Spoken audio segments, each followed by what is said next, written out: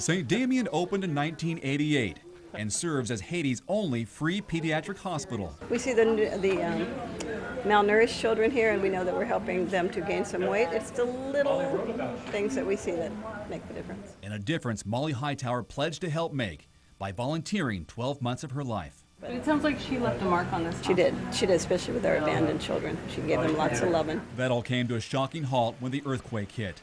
Sister Judith Dohner says in the days following, St. Damien became a mass unit for adults and children. The courtyard overflowed with human carnage. Doctors forced to perform hundreds of amputations. We had one little boy come, and when his mother pulled him out of the rubble, he didn't have one arm, and then he got infected in the other arm, and another hospital amputated that arm. So he was 2 years old and came with no arms. It wasn't until April that things finally got back to normal. Today, Molly's parents are visiting for the first time to retrace Molly's footsteps and walk in the light that she left behind. Molly will never be forgotten. Molly's on our wall of remembrance, and she'll never be forgotten. To honor Molly and the memories of those lost in the earthquake, this memorial, referred to as their cornerstone. It lists the names of 35 volunteers, friends, and colleagues who perished on January 12th. And I am so blessed to see the work that she did. She really touched a lot of lives, and she didn't care about any child that didn't look like every other child. She just wanted to give them all she could. Okay. Just down the road, St. Germain, a special needs and rehab center where Molly also left her mark. But everybody was very shocked and very sad, and rightly so. Molly's family was greeted by some of the same parents whose children Molly helped, an appreciation that won't soon be forgotten. And Molly gave a lot of love to everybody, you know, with her big smile, you know. That was Molly. You couldn't not love Molly. In this room, a single photo of Molly graces the wall, holding a child in the facility's therapy pool. She liked to teach the kids, no?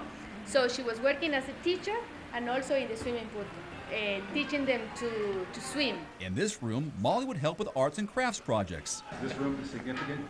Well, Molly would come and sit with the ladies and embroider the cards that they give to people. It would be one thing she'd comment on, and I would always say my mother really loved it because she does that type of thing too. So, you know, Molly was being grandma. The Hightowers all agree.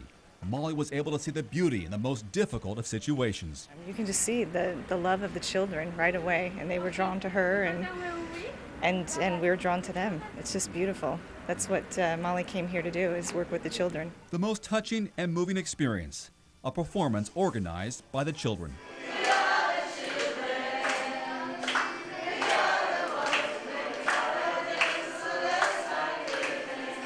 Molly's family says there are givers and takers in this world, and Molly was always a giver.